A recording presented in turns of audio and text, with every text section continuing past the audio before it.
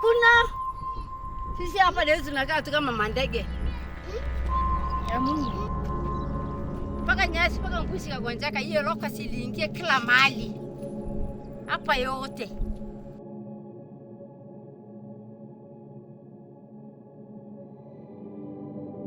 Ona mimi niko na siku 3 bila kukula. Siku 3 bila kukula. Kutembea kupata kilo moja, unaona hii ni kilo moja nimeenda kuombana. Kwa watu ndio niende nipikie watoto. Na niko na family kwa nyumba. Vile chile imefungwa dada watu wangu wote kwa nyumba. Mimi niko na watu 10 kwa nyumba. Si hatuna chakula, unaona hii nimeenda kuombana sasa, hata nyinyi mkoona hii nimeenda kuombana.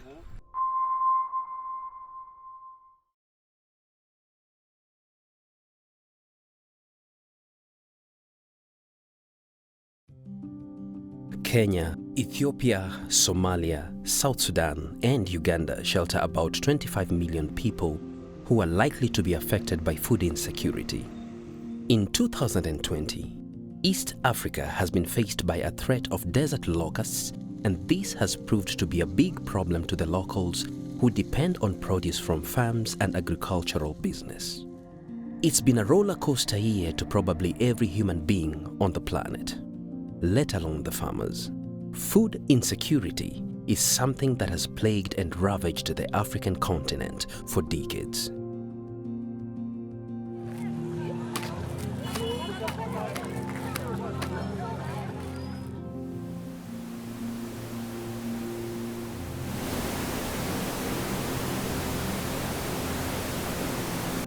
As we journey through the beautiful landscapes, long roads, and the small farms of Tharaka Nithi County into Meru County, a place they call the Land of Prosperity, a region well known for a variety of cash crops, we came upon families whose lives were turned upside down as soon as 2020 began. It's at the knock of dawn at a small area called Kiandui location in Tigania West, and Godfrey, Joseph's son, is preparing breakfast for his father.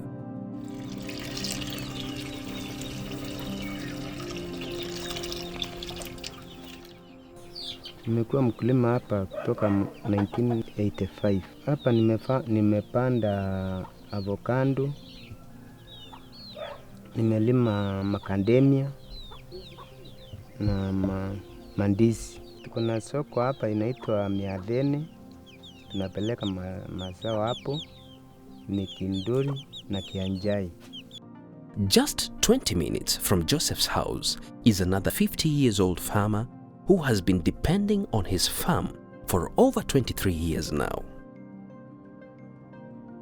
Mimi napanda mahindi, maharagwe, kama ngonjeti zile mnaona pale, kuna mboga pale, na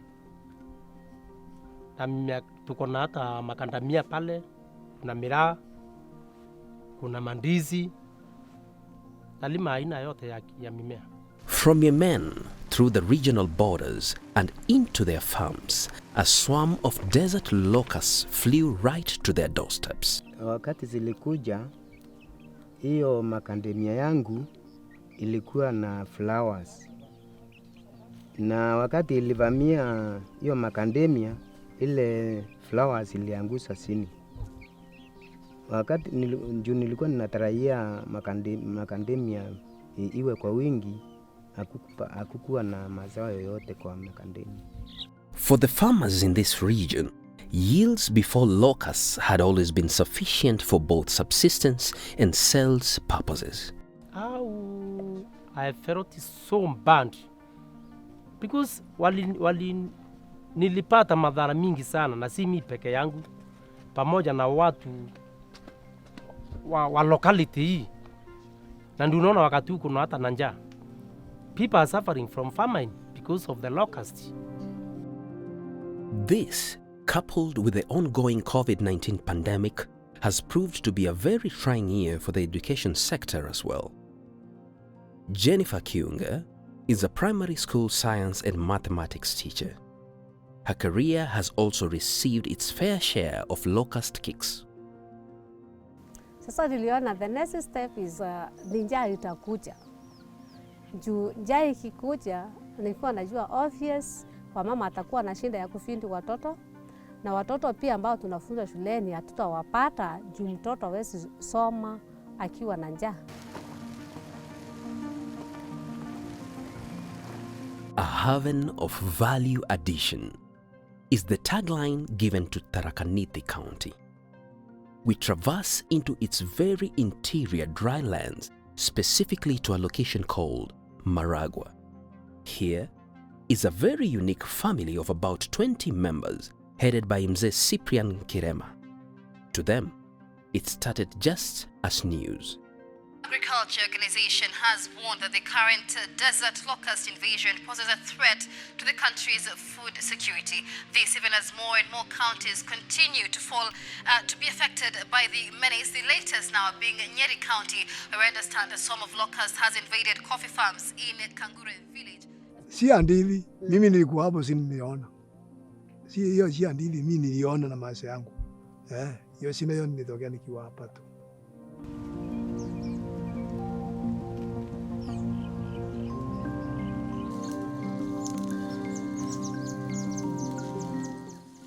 Ilikuwa ile kenga tu, naona mbele ukiona unaona kama mawingu. Wakati ilikuwa siku hiyo unaona kama mawingu, lakini ikipika karibu unaona kama inaamba kukaa kama mapati hivi. Going to Kadagashine location ambako tunaelekea kwa mkulima anaitwa Julius, area ambayo ilikuwa affectiwa na locust. Sasa tunakaribia gate ya kuingia kwa Bwana Julius. Tutaweza kuongea na Bwana Julius na wakulima wenzake wale wamekuja.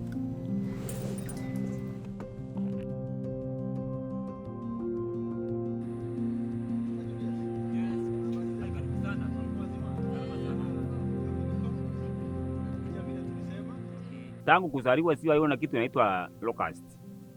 Nikusikia tu, nilikuwa nasikia nyanya zangu wakisema zilikuwa kitambo sana, lakini mimi siwahi kuziona na macho yangu. And since being African means telling tales to generations, their parents and grandparents always left some teachings to be passed over. Walikuwa akiniambia walikuwa wanaakisa moshi tu, na walikuwa wanaambiwa wasiangalie njuu, wakiangalia njuu ile mafi ya nzie inaweza ikaharibu macho yao. Wakati hao nzie walikuja, nilikuwa hata sikuwa nataka kuangalia njuu ya hayo mafundisho ambao mzee alinifundisha. We later went to one of Kenya's northern counties, Isiolo. The region is mainly semi-arid, and most of the residents are pastoralists and nomads who are very keen on access to pastures and water. Here, domestic animals are a crucial part of their livelihoods. We met Mr. Benedicto Nakinui, a farmer who tried all methods to save his plants. It was all in vain. Tulitumia kila kitu, mabati, mapikipiki. Kama simeanguka, inaangukia miti, inaangukia chini, unajaribu kufukuza na kupatia njia tu. Ukienda hivi, wanatawanyika, wakirudi. Ukirudi mahali ulipitia imeshikana. Unazunguka hivyo tu. Pikipiki inakuja najaribu kupiga honi na kimbia, inampatia tu nafasi, ikirudi ikishikana kwa nyuma. Mpaka tukashindwa. Sililala karibu siku 3, siliara mchanga zikapotea, ikawa ni mavi yao ndio uko juu. Mumea sikakula hizi mumea yote ambayo ile matawi ilikuwa kwa naye, hiyo hakuna. Ile inaona sasa kidogo hapa ni ile zilirudia kumea wakati sasa hao wameenda. Ile ilikuwa nayo wakati hiyo, kila mmea inabaki ikiwa miti peke yake, matawi yote yanaenda. We even had Cyprian's family demonstrating how they used to make noise to chase the locusts away.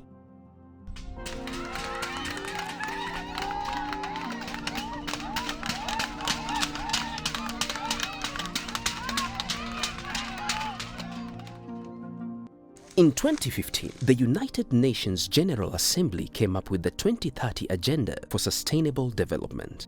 There are 17 Sustainable Development Goals that were put out, and the second goal is zero hunger. Food insecurity is something that greatly affects the African continent, and the desert locust infestation only came to worsen the conditions.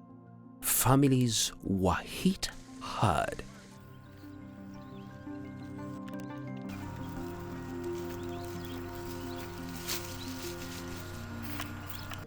Ilikuwa paka hapa yote ikajaa locust. Ilianzia huko ikakuja paka bande hii yote. Ni ukame ikakuja kabisa, hatuna chakula, hatuna nini. Tunakaa tu hivyo. Hiyo locust wakati ilikuja hapa yote inahangaika. Sisi sasa kabisa kila area imekauka. Ni ukame kabisa. Paka nyasi paka mbuzi kagonjeka, hiyo locust iliingia kila mahali. Hapa yote. The locusts that were heading towards East Africa were coming in large swarms. Some areas were attacked by an estimated 2,400 square kilometers of locusts or more. They came in large swarms, and as they moved along, they consumed all that was on their way. They left destruction, sadness, hunger, and instability. It is estimated that in one day, a locust swarm of about 1 square kilometer can destroy food that could feed an estimated 35,000 people. Ona mimi niko na siku 3 bila kukula. Siku 3 bila kukula. Kutembea kupata kilo moja, unaona hii ni kilo moja nimeenda kuombana. Kwa watu ndio niende nipikie watoto. Na niko na pami kwa nyumba. Hapa sana watu wanategemea kukula jioni sana. Juu hapa ni watu wa mali. Hakuna basi mali mtu atapata chakula hivi venye watu wanastahili kula. The local authorities were then awakened by the outcry of its farmers. We met Tigania East Agricultural Officer, Mr. Kimathi Ngari, who confirms that the issue became a great concern to the government. We started hearing it is Somalia, zikapita pande zimeingia Isiolo from Marsabit.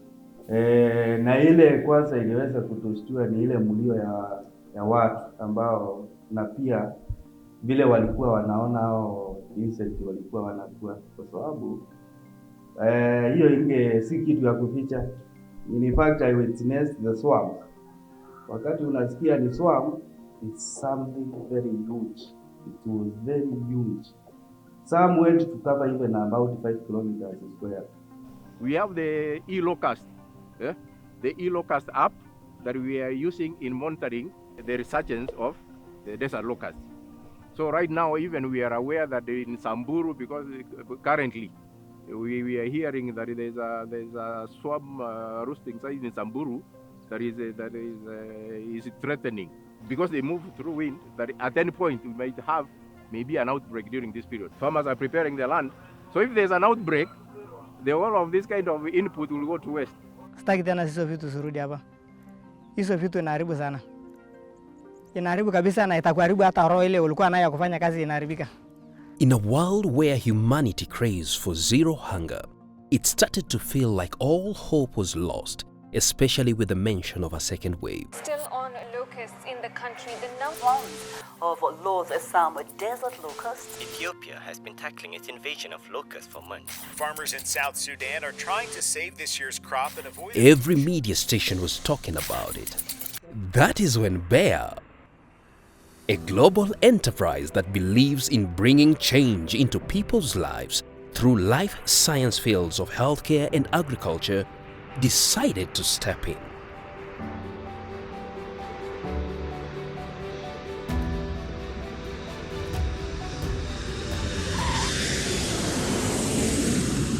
The touchdown of Dreamliner KQ-133 into Jomo Kenyatta International Airport brought in great hope.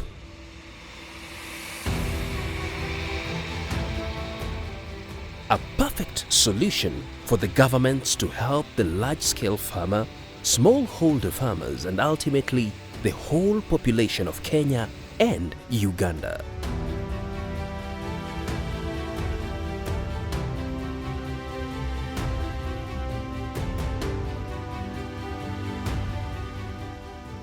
The solution was Desis ULV,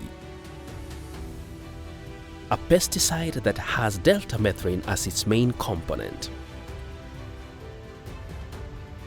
This is a chemical that is highly effective when it comes to dealing with desert locusts. Bayer made a donation of 170,000 litres of Desis ULV to both the Kenyan and Ugandan ministries of agriculture.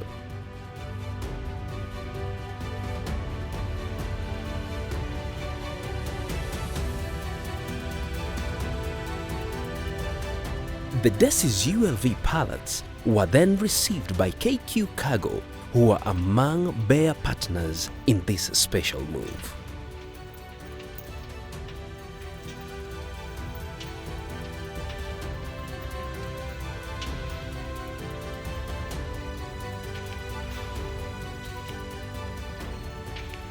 We are very excited that we have finally received the long-awaited deltamethrin, and this is a donation from Bayer, about 170,000 litres, 50,000 litres for Uganda, 120,000 for Kenya, to support the fight against locust invasion.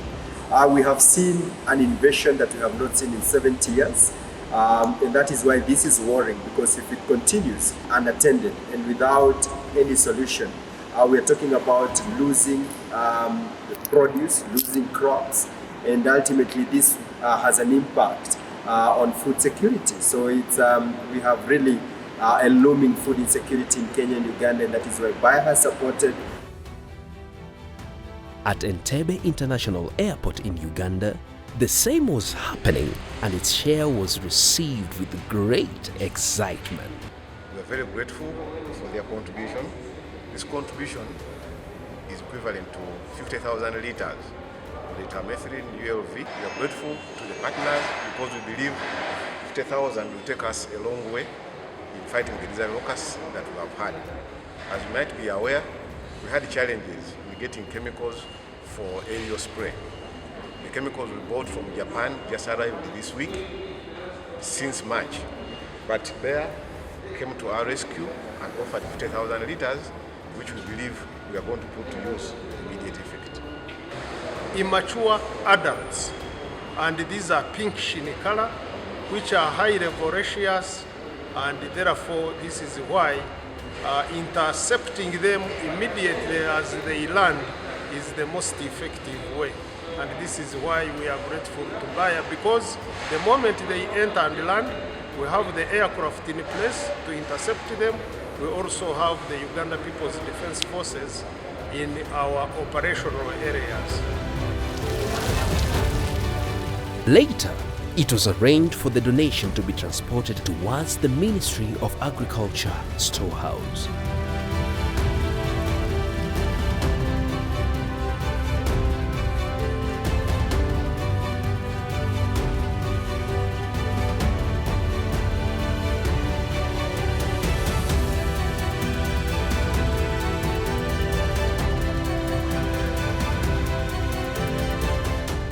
Researchers say that without proper large-scale intervention of the desert locust menace, damages and losses could reach up to $8.5 billion by the end of 2020.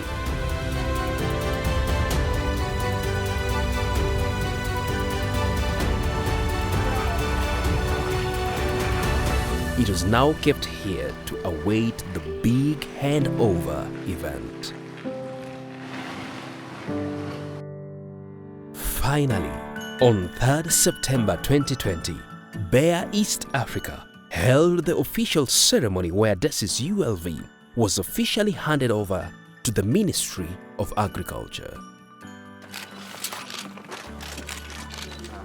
The locust invasion is a very, let's say, serious threat we have. And as mentioned by FAO, it's an extremely alarming and unprecedented threat that we experience during those days. As of today, 1,000, 10,000 and even more of hectares have been damaged in all Eastern Africa, which is affecting a lot of people, a lot of family, and put the food safety at a serious stake.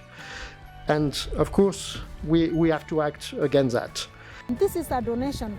It means it's a saving on the part of government, who have said earlier, we have used a lot of resources in the fighting or controlling the locust invasion in this country. And this quantity will enable to treat around 170,000 hectares of the most affected fields in both countries, Uganda and Kenya.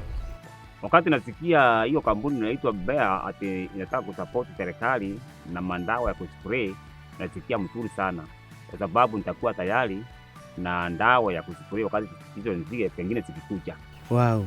Sasa hiyo ikikuja itatusaidia sana tukiwa wakulima, juu sasa tutakuwa tukitumia hiyo ndawa kupambana na hawa nzige. We need to think ahead of demand. We need to monitor the locust invasion before they get to our border. In my opinion, this is probably one of the largest single donations a private sector company has given to the Kenyan government. And for that, we are truly grateful to Bayer. The product Desis ULV is a deltamethrin-based insecticide that can be used for both on-ground and aerial application. Big and small businesses suffered, and livestock farming was also affected as vast tracts of crops were destroyed by the locusts. If you recall, these locusts actually impacted the northern frontier of Kenya, and this is part of the big source market for a lot of the goat meat that we export to the Middle East. So when the animals cannot have a feedstock for them, then we've seen in the past a lot of animals dying because of lack of food. We have been informed reliably by FAO, which guides this region in terms of knowing how the infestation is going to be. And we are told that there is a chance that we may have a second invasion. But we believe that as a country now we are prepared. In that previously we did not have many products that were registered for management of desert locusts.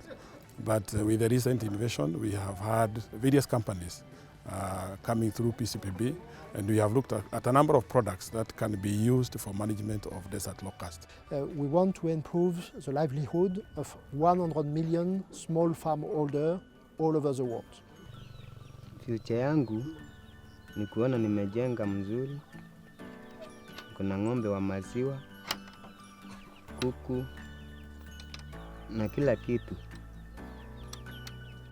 Na nataka hii shamba yangu niongeze bado huko mpaka huko nje, bado ni shamba yangu. Ndio unaona mamiti nimekata iko hapo, ni akujenga tu polepole. Hiyo nyumba ni yangu, nataka kusongesha hii shamba ifike huko, iwe shamba kubwa ambao watanipatia chakula.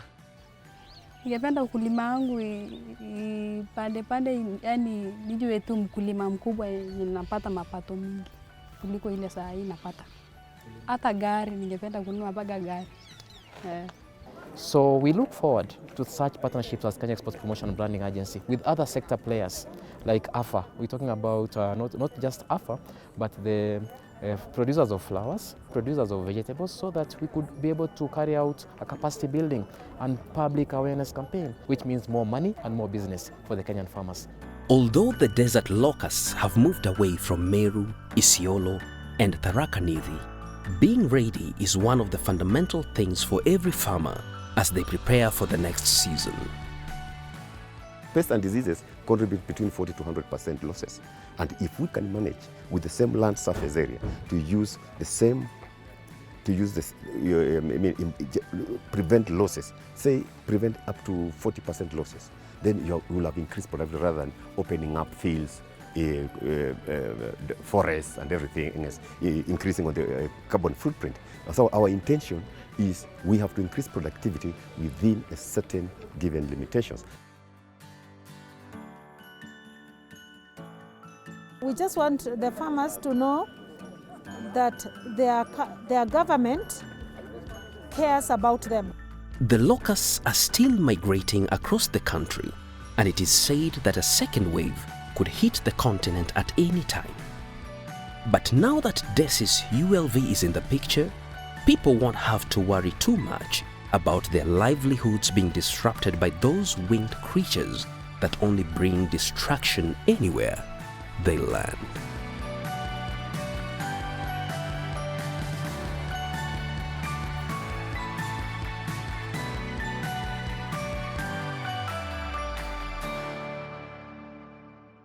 Maya. Science for a better life.